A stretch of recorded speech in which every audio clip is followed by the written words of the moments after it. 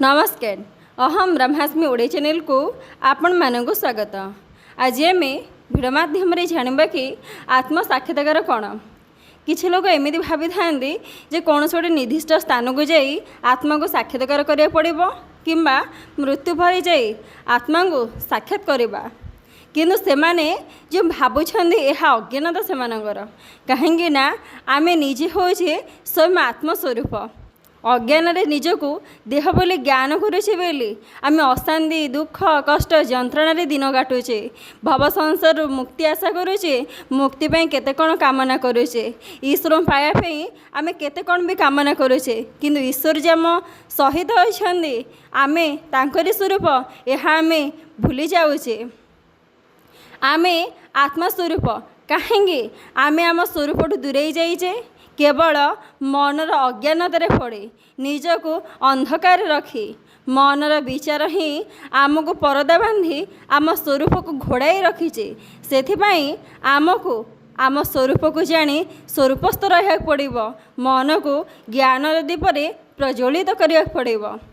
आपण देखिथिबे माटी अनेक पात्र जेमितिकी माटीर कलश हो, माटीर हांडी हो, माटीर घड़ी हो, अनेक किछि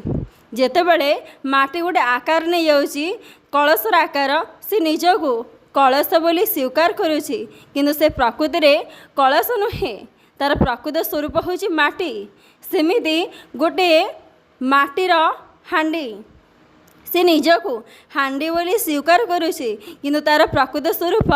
हांडी नुह, तार प्रकृत स्वरूप होची माटी। अर्थ आम माटी जहाँ भी किसी तैयारी करुचे मूल धातु मूल तत्व होची माटी। माटीरू ही सृष्टि होईची हांडी, माटीरू सृष्टि होईची कलश, माटीरू सृष्टि होईची घड़ी किंबा दीप, मूल तत्व होची माटी। सेमानकर ना आकार आकृति चेंज करदेले सेमानकर स्वरूप चेंज हो जीवनी। ठीक सेमिति आमे निजको स्वर बोली ज्ञान करदेले आम स्वरूप ठारू आमे लुचि जाई परिबा नाही कि आमे जो आत्मस्वरूप आमे आम सत्यतार जेते भी घोड़े रखिले भी सत्य के लुचि पारिबा नाही। आमे आम स्वरूप को सेतेबेले जानि परिबा जेतेबेले केही जणे सद्गुरु आसी आमको चिन्हाई दे पारिबे।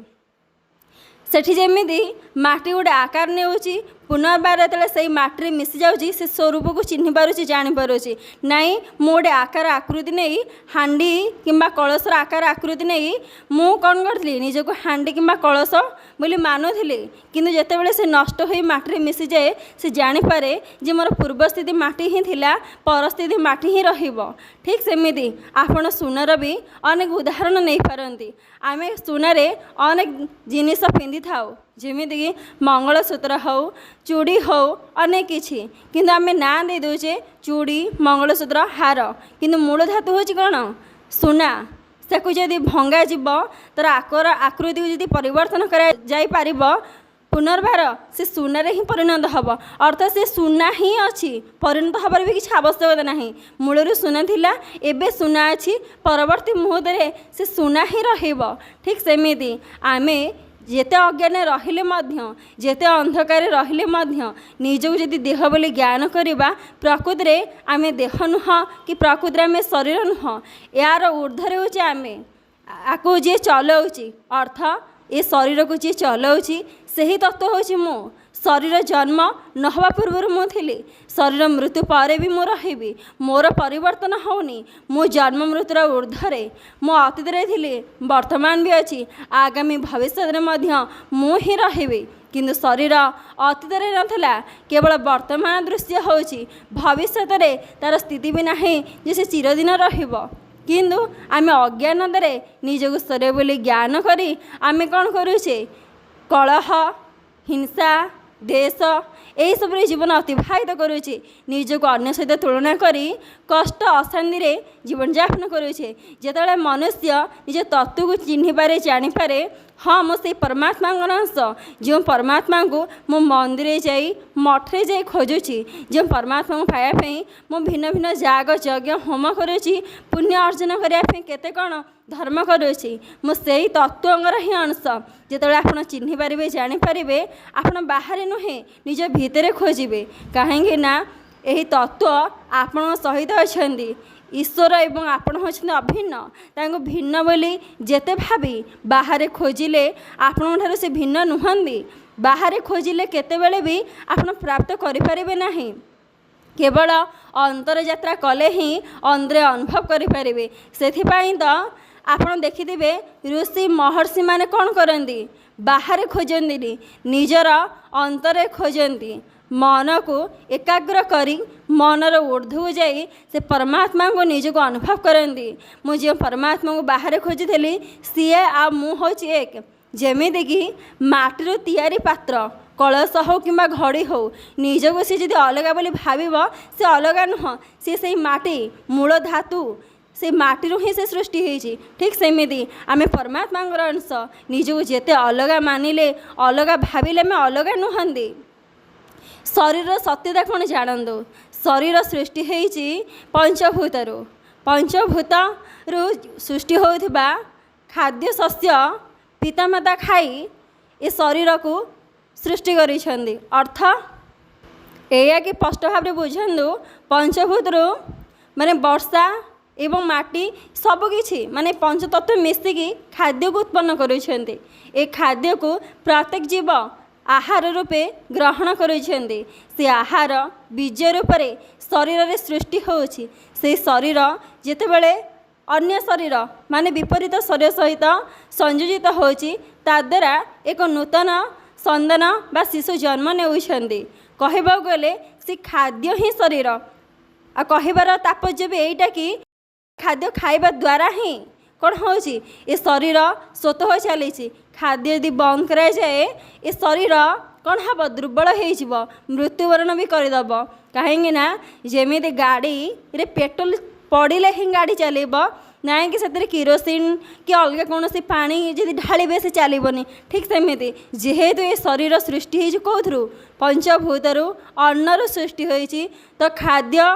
खाइले ही शरीर बंचब अर्थ कहबार तात्पर्य हो खाद्य ही शरीर आपण जदि खाद्य न खाइबे शरीर मृत्युवरण करिब किंतु आपणक स्वरूपर कौन खाद्यर आवश्यकता नहीं कहीं सी होती गोटे शक्ति तांकर कौन रूप रंग आकार आकृति नहीं शरीर केते कौन आकृति रूप रंग रे परिवर्तन होता है आपण अनुभव करिसेंती छोट बेले से गोटे छोट शिशु होगी थिला तापरे युवक युवती अवस्था एमती बयस धीरे धीरे होची से कौन होची ना परिवर्तन होची आपण जदि निजको सर बोली ज्ञान करुछंती तो सत्यता जानतु आपण भाविले कौ शरीर छोट बेले से शिशु शरीर ना वर्तमान ए शरीर ना आगामी दिन में हवा से वृद्ध शरीर कौ शरीर को आप निजर स्वर बोली ज्ञान करुछंती शरीर सत्यता हूँ परिवर्तनशील जे कि आपणकर स्वरूप ही नुह आपण शरीर धारण करिसेंती सत कहीं धारण करिसेंती तत्व को चिन्हापी सत्य को जानापी जगतर कल्याण करने ए संसार अनुभव नापी एवं निजर जन्म को सार्थक करने किंतु आपण जदि ये पोशाक को ये शरीर को निजर बोली ज्ञान करती ताहले आपण जीवन अंधकार भर्ती हो गोटे उदाहरण स्वरूप बुझंतु आपण गोटे कोठरी बसचंदी जो कोठरी होची अंधकार से कोठरी रे दियासिल अच्छी मोहम्मती भी अच्छी किंतु आपणकर ज्ञान नहीं जे कोठरी रे मोहम्मती दियासिल अच्छी आपण भूली जाइछंती जे पर्यंत आपण भूली जाइछंती से पर्यंत कौन हेबे ना अंधकार बसबे जितेबाला मन पड़ जाऊँगी जे अरे से कोणरे डीएसएलटा थिला मोहम्मती थिला टी जलई देवी जाऊँगी आपड़ जो जलई देवे से ठार ही से कोठरी कौन हम ना आलोकित हो से आलोक बसबे ठीक सेमती आपण अज्ञान निज स्वर बोली ज्ञान करिसेंती जेतेबेले निज स्वरूप को चिन्ह पारे जानीपारे तद्वारा ही आपणकर जीवन सार्थक हो पार आत्म साक्षात्कार अर्थ होउची निज स्वरूप को चिन्हवा मु हूँ आत्मस्वरूप से स्वरूप को अनुभव करवा ध्यान माध्यम मनर विचार ऊर्ध्व को जीवा एवं से जो ऊर्ध्व गलापर जो शून्य अवस्था से शून्य अवस्था को जो अनुभव करवा होउची आत्म साक्षात्कार कहबार अर्थ आपण दले से शून्य अवस्था को अनुभव करेंगे तार किसी समय पर आपण एटा मध्य अनुभव करेंगे कि प्रत्येक भितर मु ही अच्छी कहबार तात्पर्य होउची ଆପଣ ଯେତେ ବି ସଂସାର ଶରୀର ଦେଖୁଛନ୍ତି, ପିମ୍ପୁଡ଼ି, ହାତୀ, ବ୍ୟାଘ୍ର, ଭାଲୁ ଯେତେ ବି ସଂସାର ଶରୀର ଅଛନ୍ତି, ଶିକ୍ଷିତ, ଅଶିକ୍ଷିତ, ଧନୀ, ଗରିବ, ଯେତେ ବିଷୟରେ ଦେଖୁଛନ୍ତି, ଛୋଟ ବଡ଼ ଯେତେ ବିଷୟରେ ଦେଖୁଛନ୍ତି, ଅନୁଭବ ଏମିତି ହେବ ଯେ ପ୍ରତ୍ୟେକ ଭିତରେ ଆପଣ ନିଜକୁ ହିଁ ଦେଖିବେ। এইটা জ্ঞান করবে যে প্রত্যেক ভিতরে সে ঈশ্বর হি অনেক, অর্থাৎ মু ঈশ্বর স্বরূপ, অর্থাৎ প্রত্যেক ভিতরে মু হি অছি। আপনার যেতে প্রত্যেক ভিতরে নিজকে দেখবে, সেই যে স্থিতি হচ্ছে আত্মসাক্ষাৎকার, অর্থ মু নিজে নিজকে অনুভব করি সমস্ত ভিতরে, অর্থ কহবার তাৎপর্য সমগ্র শরীর ভিতরে নিজকে দেখা এবং সেই অনুযায়ী সংসারে বঞ্চবা হচ্ছে আত্মসাক্ষাৎকার। আমি দেহ ভাবে মুক্ত হবা, आमे आम स्वरूप स्थित रहिबा, जगत को ईश्वरमय देखा, निज परिका ही समस्त व्यवहार करवा। कहीं आपण शरीर पंचभूत जो सृष्टि होती, अन्यमान शरीर भी पंचभूत सृष्टि होती। आपण भितर रक्त अच्छी, अन्यमान शरीर रक्त अच्छी। आपण खाद्य खाइबा द्वारा बंचुंट, अन्यमान भी खाद्य खाइबा द्वारा बंचुंट। तेल आपण एवं ता भीतर पार्थक्य किसी भी नहीं। केवल आम अज्ञान रहा द्वारा निजक अलग तांको अलग बोली ज्ञान करी आम कौन करुचे, किसी पाइबार आशा रखुचे। जदि न मिलूँ आम कष्ट दुख अशांति पाचे। एवं जी जो परिवेश परिस्थिति बढ़ी से सहीपरि व्यवहार करुँच, व्यवहार को नहीं आम कष्ट दुख जंत्रणा प्राप्त करुचे। किंतु जितेबाला आम आम स्वरूप को चिन्ह पारिबा सद्गुरु माध्यम हो कि श्रीमद् भगवत गीता भागवत माध्यम हो, निज स्वरूप को चिन्ह पारिबा जानीपर, तद्वारा आम कौन करवा ना अनुमान को सही स्वरूप में देखिपर। जे पर्यंत मनीष निजक देह बोली ज्ञान करें, अनुमान को से देह बोली ज्ञान कर अनुमान को किसी आशा आकांक्षा रखिब, जहाद्वारा कौन हम ना से अशांतिग्रस्त हम। आतेबले से निज स्वरूप को अनुभव कर समस्त